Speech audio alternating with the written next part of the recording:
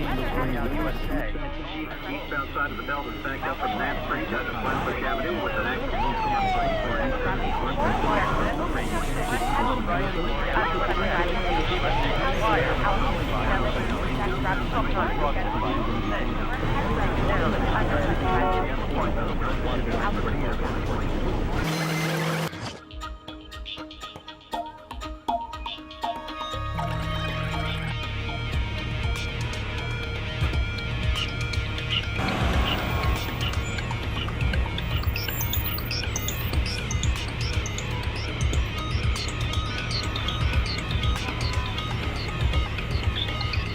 To be fully dynamic, the American city must now accommodate the automobile.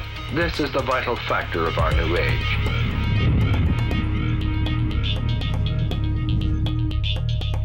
And our progress is certain to be steady as we clear away the structures that block progress.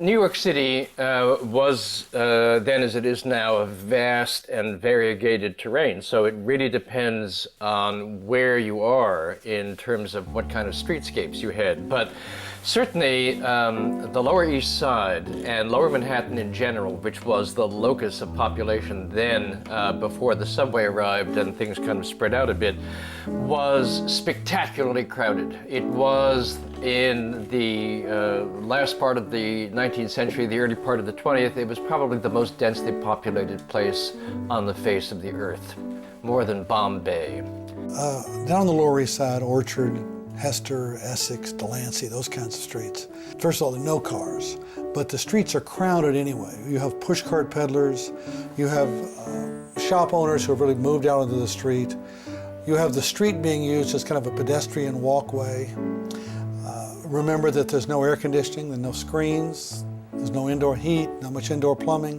So almost everybody who could wanted to be outside on the street. So you look at a picture of the Lower East Side 100 years ago, you're looking at people, many people, in the street, around the street, buying things, but the street is not being used for really vehicles, horse-drawn or whatever, moving quickly, because it's really a pedestrian-focused street in which horse-drawn vehicles can move, but slowly. Little kiddies were playing in the streets, and they had them divided up. So the boys would play stickball over here, the girls tended to stay on the stoops. Grandmas would lean out the window and watch the action. There was a lot of kind of informal surveillance going on. The streets were an extension, really, of private life. And I think what's unusual is when we describe the Lower East Side, think of the huge crowds and the poverty at the turn of the century. When you actually talk to people who think back, especially as children, they have fond memories because they had so many other children to play with. Their parents just moved them outside during the daytime. Nobody worried about the streets. Come home and I'll shout out the window. Everybody kind of took responsibility. So children had their own kind of world that was in some ways safe. I mean, was it hard? Yes, but they had lots of kids to play with and they invented games. So it's no wonder that those older people who remember poverty days in the old cities remember them as great fun. They remember the kids and whether they played whatever kind of games that they played, they remember them wistfully. Well, I think we need to remember that the automobile was seen as the salvation of the city.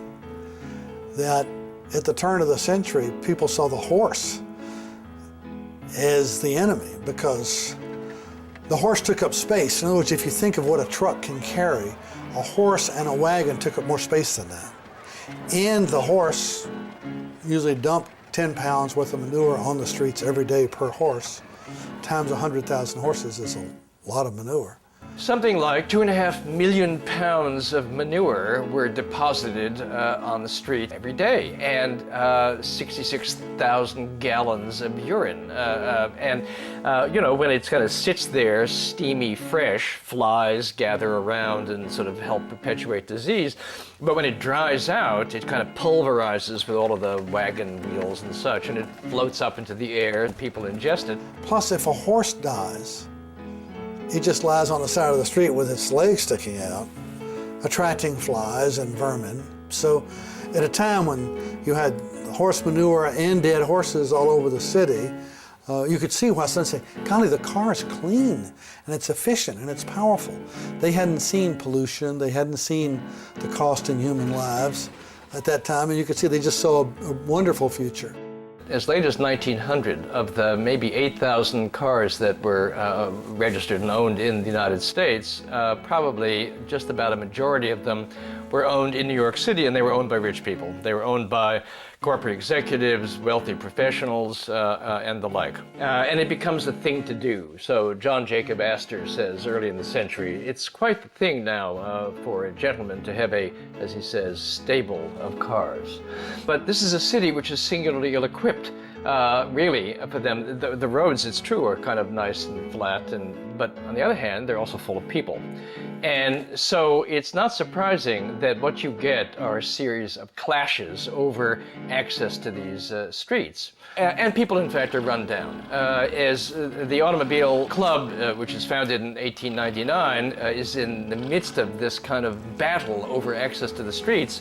And it's just a year or so later that the first really nasty incident takes place when a Wall Street broker is being driven down to his work by his chauffeur, and they run over little Louis Camille, a 2-year-old Italian lad, right in the middle of a densely populated Italian neighborhood.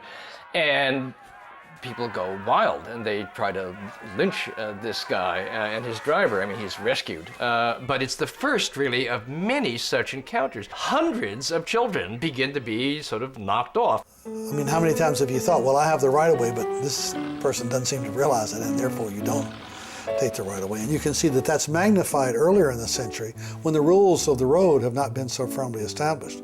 We now have rules, but the rules were still being negotiated a century ago.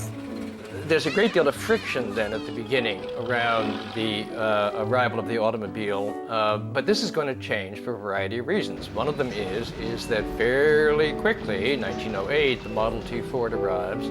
The price of cars begins to come down. They are more substantially made. They're less require you to have a chauffeur, and a bigger segment of the middle class begin to get automobiles. So there's a lot more of them on the street. But it's also that the city begins to orient itself around the automobile in a variety of ways. By the 1910s, certainly by the 1920s, out in Brooklyn or in stretches of the Bronx where the mass transit lines don't go, you're beginning to get little small houses now popping up with garages and with driveways.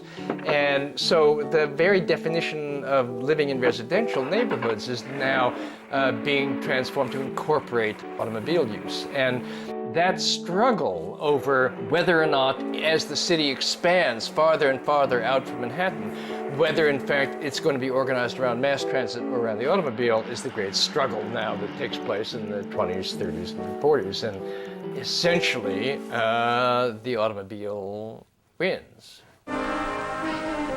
This is Manhattan, business center of New York City and heart of the city's life. Millions pour into the area every day to work and shop, to buy and sell, to manufacture clothes, to run banks and brokerage firms, to handle imports and wholesale goods, to load and unload ships. But where do all these people come from, and how do they get here? When we think about the automobilization of New York, the name Robert Moses leaps to mind, as well it should, but it's a bit overstated, I think. The highway system the massive arrival of concrete roadways. They're being driven straight through various communities, which is, generally taken correctly to be this massive assault on the urban fabric by the forces of the automobile. I think is overly personalized when we sort of lay it all at Robert Moses' door. There were very powerful forces at work that were involved in this transformation, and they precede Moses, certainly in the 1910s, and then by the 1920s with the emergence of the Regional Plan Association. This is an organization of the city's leading developers, insurance people, bankers, and the like, and they have a vision of the future of the city. The vision that they've got of New York's future is very largely organized around the distribution of population. They have a vision of Manhattan, the future of Manhattan, being freed from these old industrial uses, the factories and the working class which services them, the port and the longshoremen which work on them, the dirt, the disorder, the political upheavals, the labor unions. Yeah, we want new, modern, clean banking, finance, real estate, but also the media, Radio City, the new Beau ideal, Madison Avenue. We want Manhattan reserved for these kinds of uses. So we would like to shovel the other ones off to the outer boroughs and shovel off most of the working class with them as well. But then you're going to need them because they're also your workforce. They're the clerks who are going to come in and work in your banks and the like. So you need a transportation system. And many of these folks thought that, in fact, the auto was the way to go. And, in the 1920s, plans are laid down for a circumferential road that circumnavigates all of Manhattan, a series of highways and bridges that leap the rivers on both sides, and then a network of highways that extend out into the outer terrain. And in large measure, what Robert Moses does, and he does it with federal money, is to in fact pour concrete on the dotted lines which have been laid down by, sort of many other people. I think the problem for those who love New York is that here's the most important person, really, who ever lived in New York, in the sense of this man's vision and view of what the city should be has probably been more important than anyone else's. Essentially saw the city as a transportation problem. In other words, how do we move people around rather than in a Jane Jacobs sense? What makes a neighborhood interesting or fun or vital? That's not what he was thinking about. He was thinking about something entirely different, and that is how to get people to a beach or to a suburb or something else. And so we see that the main job of transportation in a city is to carry people between 3 points: where they live, where they work, and where they play. I am privileged to present the winner of the Grand National Award, Moses of New York. Moses is not named General Motors Man of the Year in the 1950s repeatedly for nothing. There are very powerful forces that are, to sum them up quickly, the automobile industry, the rubber industry, the steel industry, the oil industry, which in fact are making the mass production and distribution and use of automobiles one of the linchpins of the modern American economy. If that's going to be the case, you must have the arterial network, in fact, that makes the mass use of these automobiles possible. And that's what Moses is really about. And he does have a grand vision, and it's a vision of flow and circulation. Every large city has a problem of unusually heavy traffic during rush hours. As a solution, many streets are one way. Others have restricted parking zones, and parking buildings keep cars off the streets. To supplement the existing routes, big express highways have been built to carry cars at high speeds directly to and from the heart of the city. Day after day, year after year, this constant cycle goes on, the rhythm and pulse of the city. the fantasy that they'd had in the 1910s that the car is going to rescue the city from the gridlock which often took place with horses and chaos and crowding on the streets was of course a fantasy, because now the cars produce their own spectacular form of congestion. And Moses gets into this process which has got no end, and we're kind of in the middle of it. That every time there's a blockage somewhere in the arterial flow of things, he's going to build a highway. And when you build the highway, well, then more people pile onto the roadways and you get congestion again. He says, well, not a problem. I'm going to build another highway right over here. Or if one bridge doesn't do it, well, we'll build another bridge. And, it was a madness of sorts, this concentration on keeping things moving, on a grand design. And in his case, I don't think it was just simply his personality, although certainly that was part of the story. But it was this conviction that the movement was the thing, that in fact the lifeblood of the city was the circulation of commodities and people and workforces, and anything that stood in the way, like people who happened to live there, was an obstacle. To be fully dynamic, the American city must now accommodate the automobile. This is the vital factor of our new age. The forward-looking city is conscious of the automobile and automobile traffic as key factors. Often the substance of our urban structures is such as to resist the power of the demolition hammer. As a people, however, we are steadfast as we tackle problems, and our progress is certain to be steady as we clear away the structures that block progress.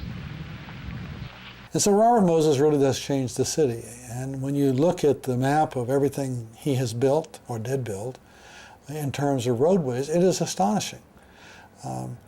In some ways it's dismaying to think that the man who did more than anyone else to build New York in the 20th century actually didn't like cities. And I think you have to say he did not like cities. In other words, if you say as somebody who likes cities, a person who likes to walk on the sidewalk, who likes to see other people, who thinks of the city, the street as a place to move slowly and not fast, that's not what Robert Moses thought. With the development of new sources of power and faster transportation, there will be new problems to solve. But New York, like all progressive cities, is studying and planning today to provide the arteries for tomorrow, through which flow the lifeblood of the city.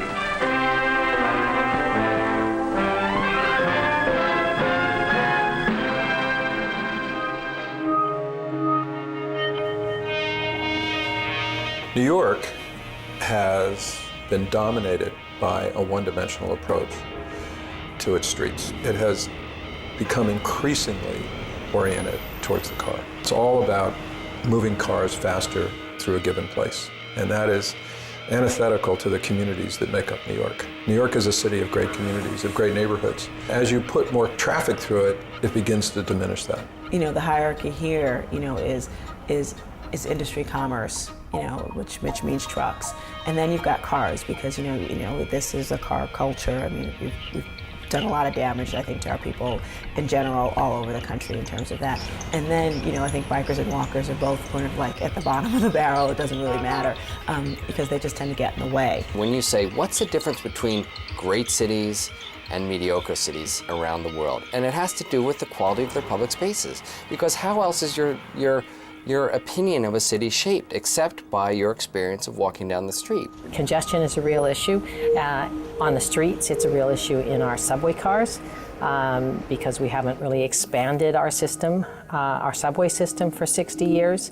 And it's obviously a problem in the streets where traffic, we often feel like we're paying to stand still when we're in a cab or burning gasoline in the city streets. So we've got a major congestion problem. 10 or 15 years ago in Times Square, it was a matter of safety and it was a matter of cleanliness. First of all, the streets were just sort of filthy. And second of all, it just wasn't safe, or it wasn't perceived to be safe walking down the streets. Now, the number one issue is congestion. When we asked people, we did an online survey of the people who work in the neighborhood, and we said, what would be the biggest reason that you would choose if you were going to leave the neighborhood? What would be the reason? 68% of them said congestion.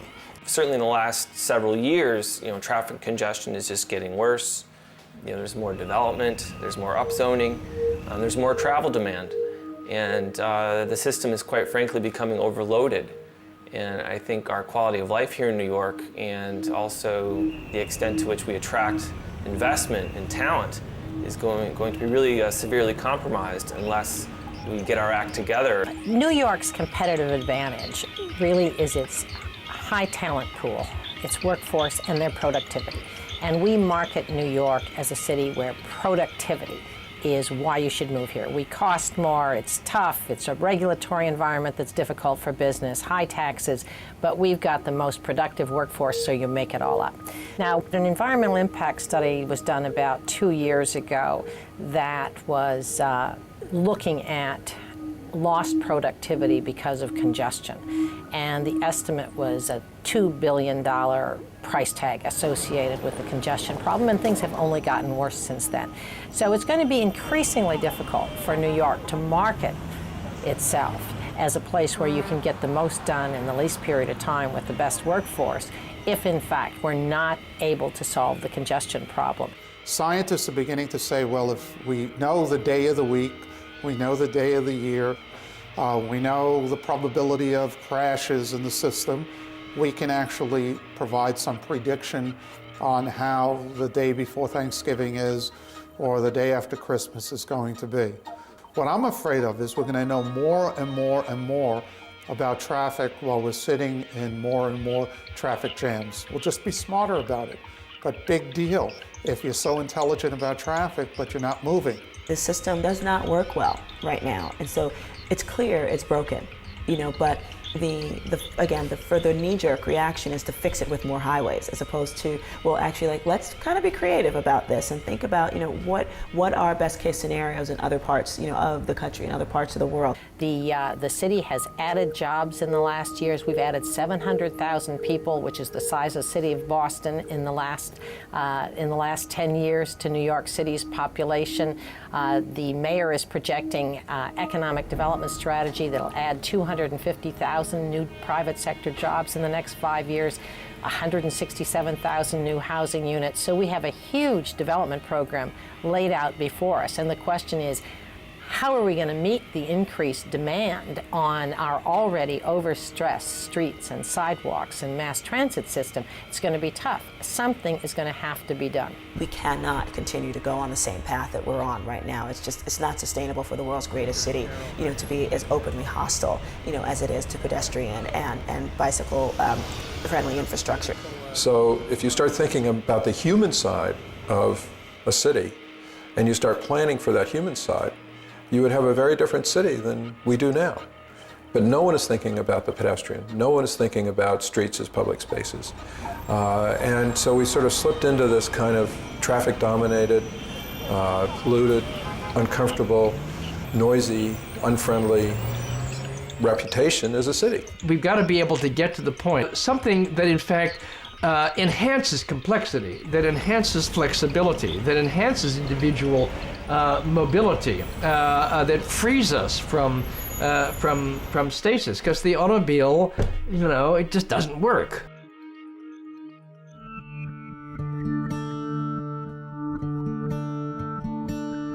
It's really wonderful to live in a city where every day when you wake up in the morning, you realize that today the city is a little bit better than yesterday. I've had this feeling now for almost 40 years.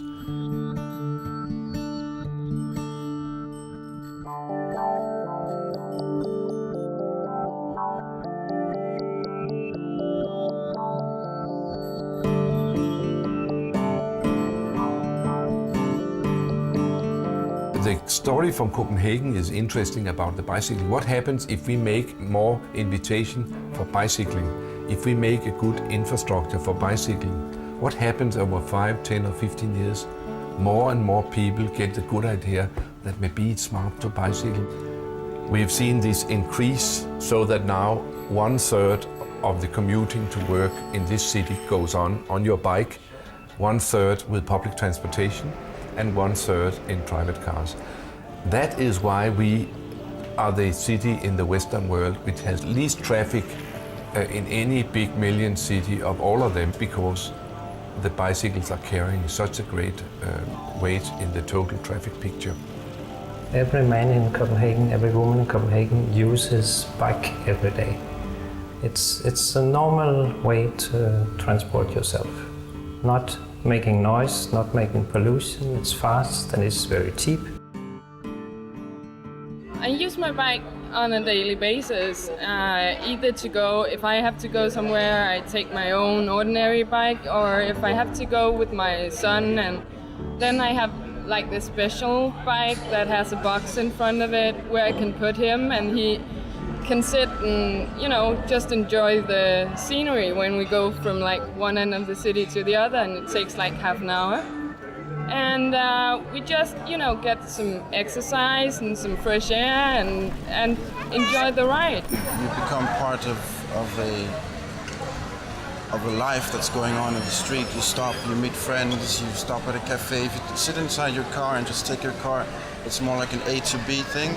It's just it's transport, whereas a bike is also more like a travel. It's kind of a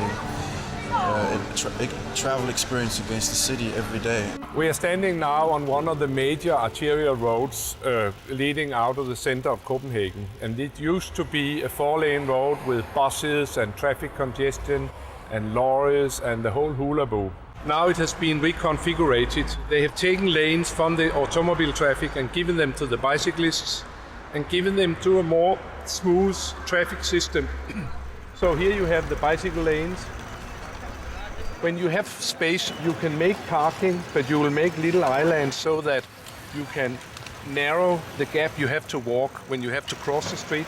You have a median, and then you have a line in the other direction, and the furthest away you have a bus lane, which leads up to the bus stop over there. So when the bus stops, and there's a bus coming now, it can just go into the side and deliver its passengers, and the traffic can smoothly continue on its way. And when everything is made up about this street, it has the same capacity as before. It has slower speed and it's much safer. It's not the biggest or the strongest who has the first right, but it's always first the pedestrian, then it's the guy on the bicycle, then it's the guy on the scooter, then the guy in the car, and the guy in the big truck is the last in the hierarchy. We used to have 120 people killed in Copenhagen traffic 30 years ago. And now we have between 12 and 15. But still we have maybe 4 dead cyclists at the end of the year. That's too bad. We have to try to do more about it, but it's hard to get it to 0, this number. I wouldn't think of buying a car because you don't need it. Because if you have a bicycle here in Copenhagen, it is like driving a car because the road has been built so you have a special street for the bike and also like the lights and everything. So you have to follow the main traffic rules if you're biking. So you don't need it, you know?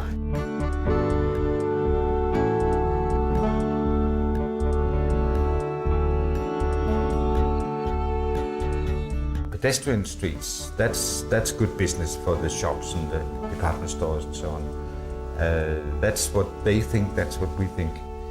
So you won't find resistance towards pedestrian streets from the trade, from the shops and so on. You wouldn't find that. If we take a closer look at Copenhagen, the first pedestrian street was made already in 1962, and that was one of the first major pedestrianization schemes in Europe. That was sort of at the very beginning of the whole movement of taking interest in public space, right here in Copenhagen. And there was a furious public debate. It would never work in Denmark. We are Danes, we are not Italians. We will not come out, we will not walk. We have no tradition for urban life and whatever. And all the businesses would go broke. There was enormous resistance from the shops. But experience shows that they didn't lose sale, and that was actually a good thing for them also. And some of the businessmen who yelled the highest 40 years ago now would pretend that they got the idea in the first place. This is just one of the many streets which has changed dramatically here in Copenhagen. Until 1980, this was a parking lot for 96 cars. They were standing next to each other with the front to the water. Then these parked cars were taken out and the traffic was taken out. It was turned into a people's street and has become a tremendous success. On any day, especially in the summer, you will see a fantastic life here. Sometimes even almost too much, too popular. If you don't have enough nice spaces, you can see these overcrowded spaces, but then you should just make more spaces. This street is quite interesting because this street is not a pedestrian street. It's not a traffic street. It is what we call a pedestrian priority street. That means it's paved from wall to wall with nice pavement, but it is open to pedestrians and to bicycles and to cars. The bicycles can go through from one end to the other, and the pedestrians can go through from one end to the other, but the cars, they have one-way streets which are turned so that you can only go for one sector at a time. But there's no through traffic of cars. Only those who really have something to do here come here.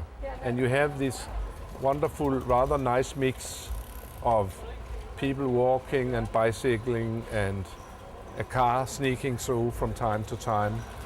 But always in eye contact. He's pretty scared of running into somebody, so he'll go very slowly. And at this point, we are more flexible about not being so fundamentalistic about pedestrian or traffic, but now we sort of experiment with in between with a higher degree of integration of the various modes of traffic. I think if I should give some advice to a city, it could be any city in the world. That is to try to take the people in the city seriously, more seriously. Just as seriously as we have been used to take the traffic of cars. All the cities have this traffic department, get all this data all the time about the traffic. They know everything. But when it comes to people in the city, we know most cities know nothing. So have a goal like introducing bicycling in New York and carry it through. And then I think, I'm sure it's going to be a success, and I'm sure that the reward will be there, politically speaking, at the next election. It's worth using money in investing in bicycle systems. It's small money compared to car, to road investments. We did that in mid-80s. It was a good part of our traffic 20 years ago. We have doubled it. So you can invest in this sector of traffic and make it grow. They never put out a big master plan. Let's make a lot of pedestrian space, let's make a lot of bicycle lanes, let's take a lot of parking out of the city, let's narrow all the traffic streets. Never. Because if you did that in one plan, you will lose the election right now, because nobody would believe it would work. What they've done in this city is that they've taken a little step every year for 40 years. And there is a fantastic difference between what it was then, what it is now.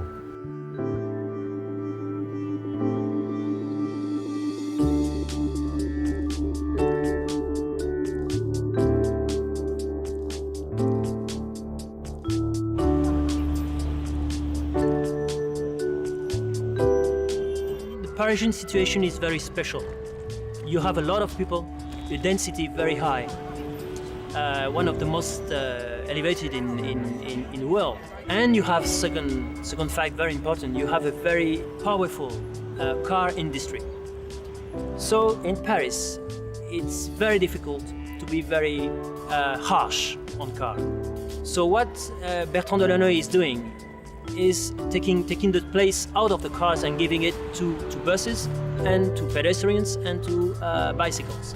Je pense que c'est vrai qu'il y a cette transformation physique de l'espace. I think that we have here an intention to develop our space in favor of pedestrians and cyclists, to develop a common space for all of us, in particular for those who have been excluded in the past.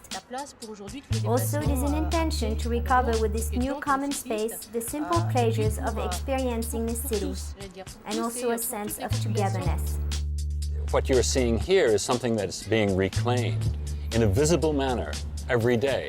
Delanoë is mayor of this limited space, which is something like half a dozen miles across. Think of it as a circle in diameter, within which 2 million people live. And he says, we've got to be able to get a lot of the cars out of there. Once we take the cars out, people are going to need to get around in other ways. So it is developing new transportation options for them, or making the ones we have better, faster, clearing road space for them so they can move more quickly through traffic. Paris appartient à plusieurs réseaux de grandes villes du monde. Paris belongs to a global network of large cities, like New York, I suppose, and there are exchanges of good practice between these cities. We try in Paris today, like in many other European cities, little by little to eliminate car transportation altogether. The solution to making car use decrease is to give more place to other means of transportation, especially buses. The challenge is to make them go faster, and even to make them going faster than the car. So Paris has invented this concept of protected lanes for buses, and the plan is to realize 30 or more very rapid lanes. This is one example of this worldwide movement of bus rapid transit or metro bus. It has many different names. And this is the way we're doing it in Paris. What you can see is that the street has been divided into 3 main zones. On the sides are 2 lanes, which are for car traffic and motorcycles. Same thing on the other side, and in the middle, there is a dedicated lane which is above all for buses, but also for taxis and cyclists. You'll see cyclists continuously going by here. And so last summer they built in the middle of this street, like these 2 lanes now for buses and bikes. So the bikes have their own space.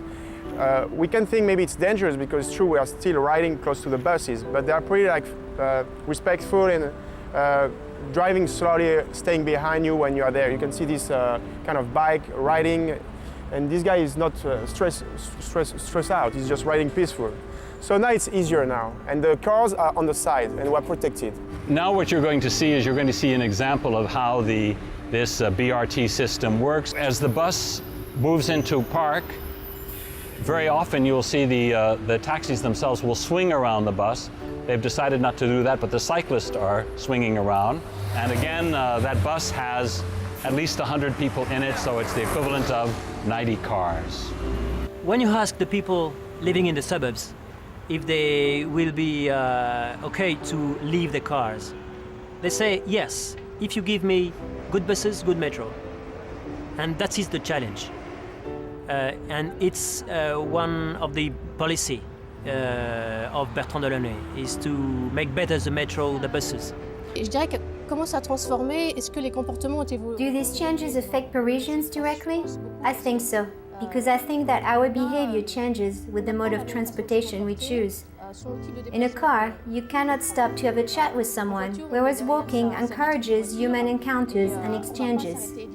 Of course, then, it will affect relationships between people.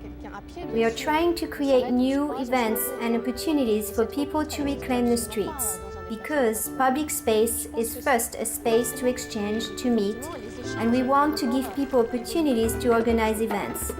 All the bigger events like Paris Plage are intended to give our public space a new function. What's interesting about Paris Plage is that it's part of this greater whole. This is a creature which the mayor has been behind and made happen.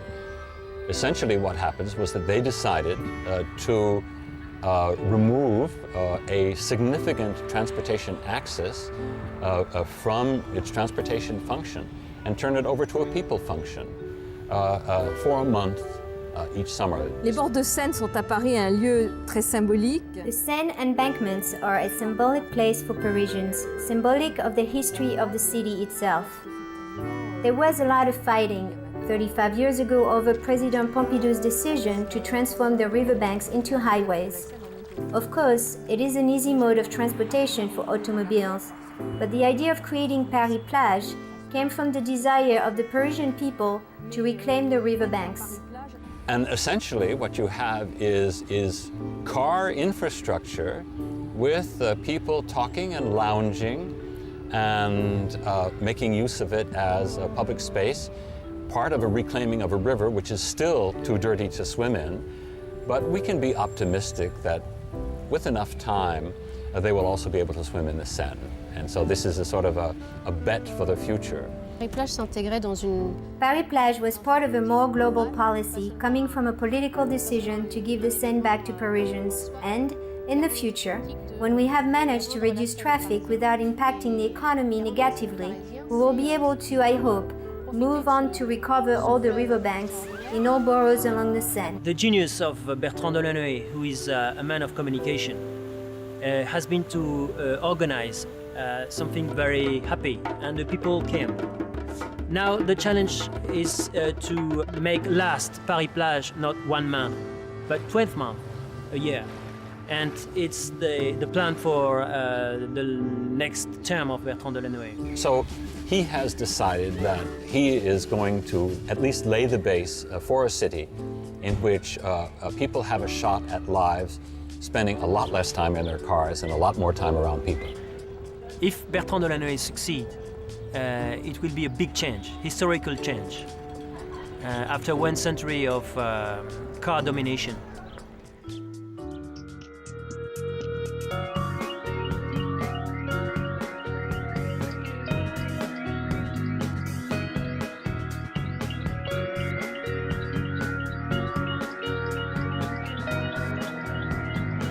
Well, urban streets are the lifeblood, the arteries, if you will, of the urban body. So the nature of the streets, how they're used, how they're regulated, how those regulations are enforced, how people are encouraged who might not otherwise think of the streets being friendly to use them more aggressively, cyclists, for example, or walkers, are important questions for us. London is not thinking about building any new roads for a long time to come, so what's here has to be exploited in a much more creative, effective fashion. Cities across the world are presenting themselves as places for people to come and visit, to come and invest in, to set up headquarters, and we're no different. We are aggressively marketing ourselves both as a tourist destination and an investment destination. And I think it's that argument which has actually turned around a lot of people in their thinking towards the importance of the public realm over the past 4 or 5 years. Over the last 5 years, there's been a definite shift to understanding the importance of the public realm and street activity as part of what goes into making a city. And the 2 key drivers are to make it clean and safe so that people are more attracted to spending time out on the streets.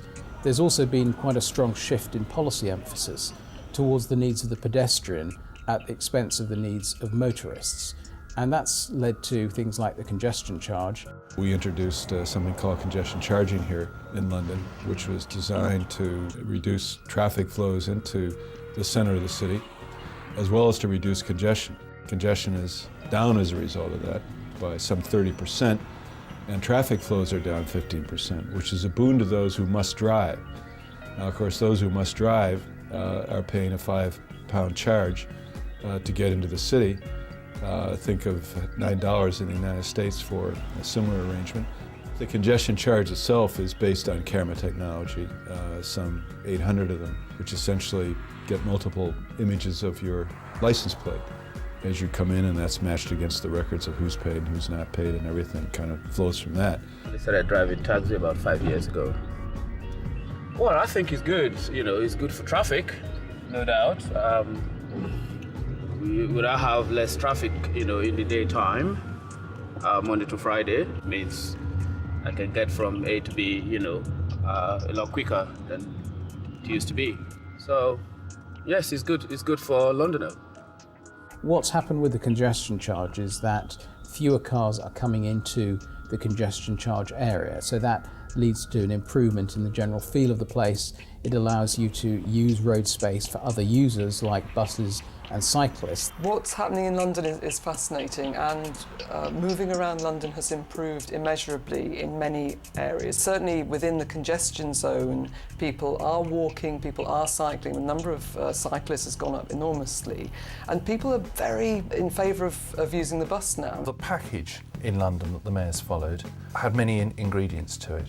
apart from congestion charging, a principal one has been to massively improve and invest in the bus service as something that could bring short-term wins. There's been a huge expansion in bus use. There's also been an expansion in bus lanes. And then with the congestion charge, the buses, particularly the ones running through and into the central area, have become much more reliable. Bus journey times have fallen. And the success of this has been a modal shift away from car to public transport. The number of people who actually we were going after, of the million who come into the city every day, was around 30,000. We strove to get 30,000 people to change from the automobile to some other way to get in. That's not a very big number. Only 100,000 people are coming in by automobile every day to begin with. So we were looking at getting roughly 30% of them to change the way they did things. One of the things that we're anxious to do alongside our local authorities is to work with Transport for London to work out where the cars have been taken out in the sort of the lesser congested areas, how we can actually use that space for the benefit of people on foot and on bike. Cycling is on the increase here. It's more than doubled number of cyclists since I arrived here about 4.5 years ago. We're trying to encourage walking. London is a walkable city. There are lots of things to see.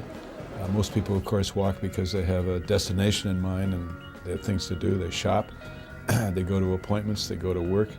And London is situated in a way where it is possible to walk.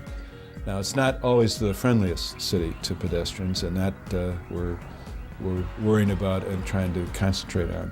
I think in London we've woken up and realised that we have some fantastic public spaces that we simply weren't exploiting in a way that will benefit everybody.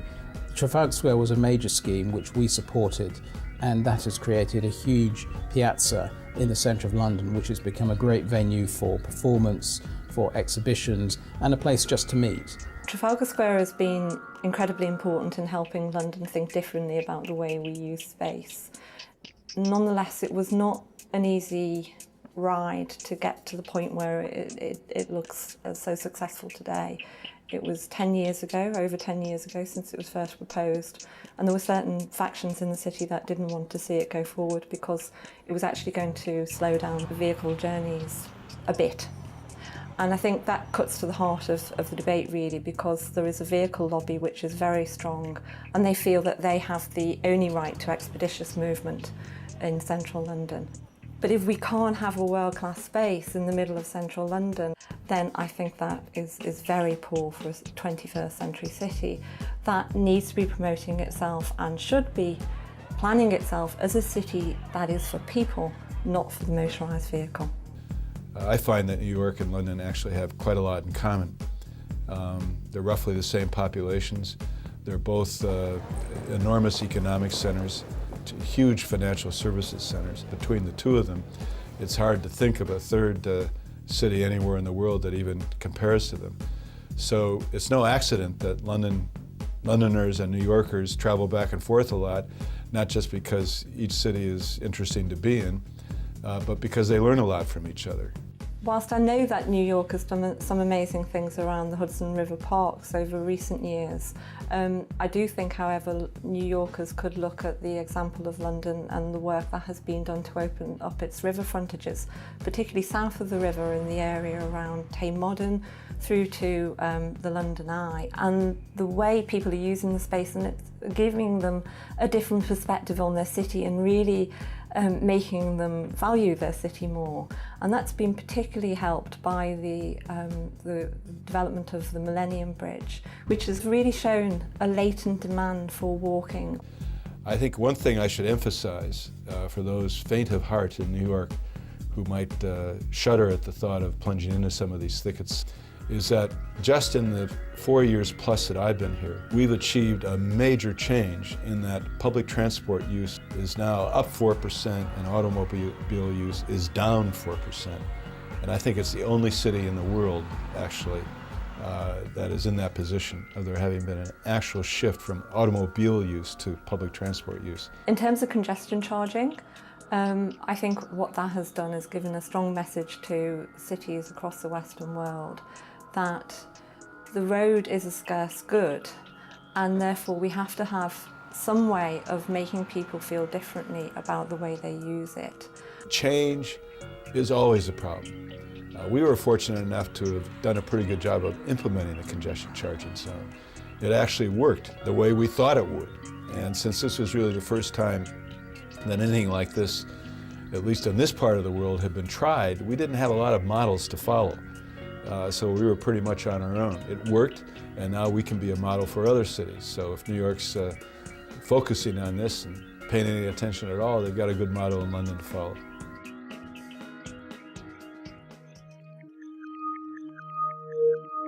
It seems to me that in the course of the 20th century, what we did was to lose the street to the internal combustion engine and to rapid movement. So the purpose is to move through an area very quickly rather than to pause and be in the neighborhood.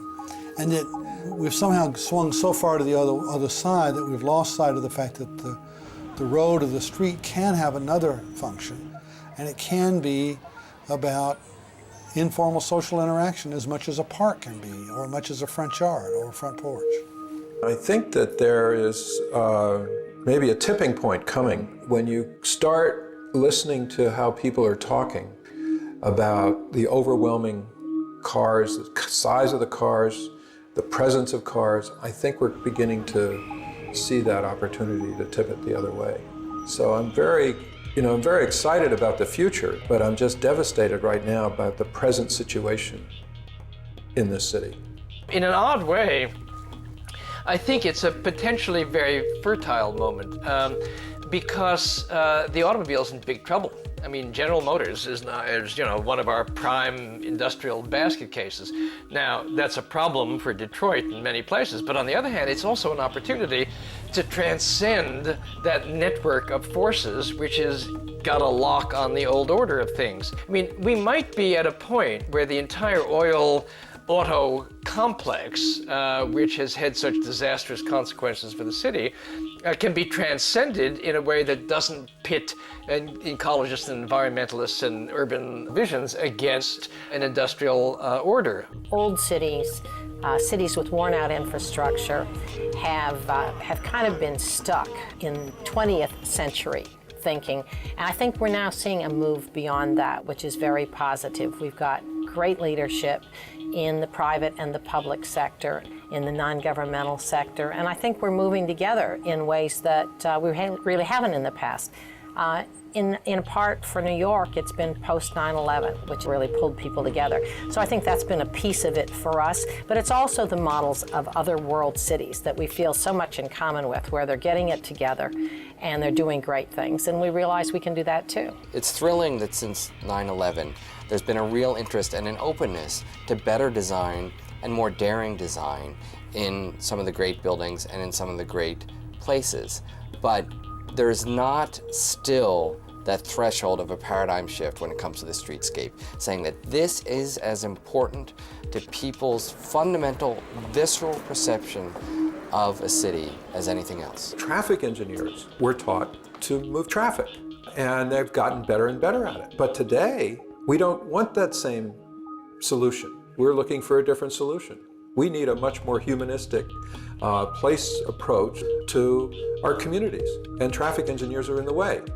Well, they can be asked to solve a different problem if that problem is defined, but no one in New York City is defining that new problem. And that's what we need to do.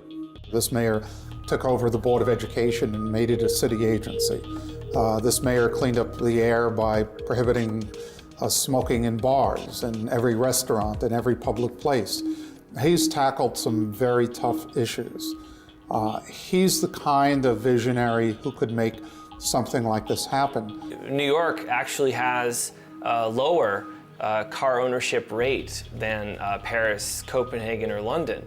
So in terms of the political landscape to make this happen, I think the mayor who chooses this course for New York will have a lot of supporters. I think this is a real political winner for a mayor. It's a legacy issue. I would love, for children that are being born now to not experience what kids, that are 10 years old right now have to experience, which is that parents often keep them inside, for fear of being hit by a truck.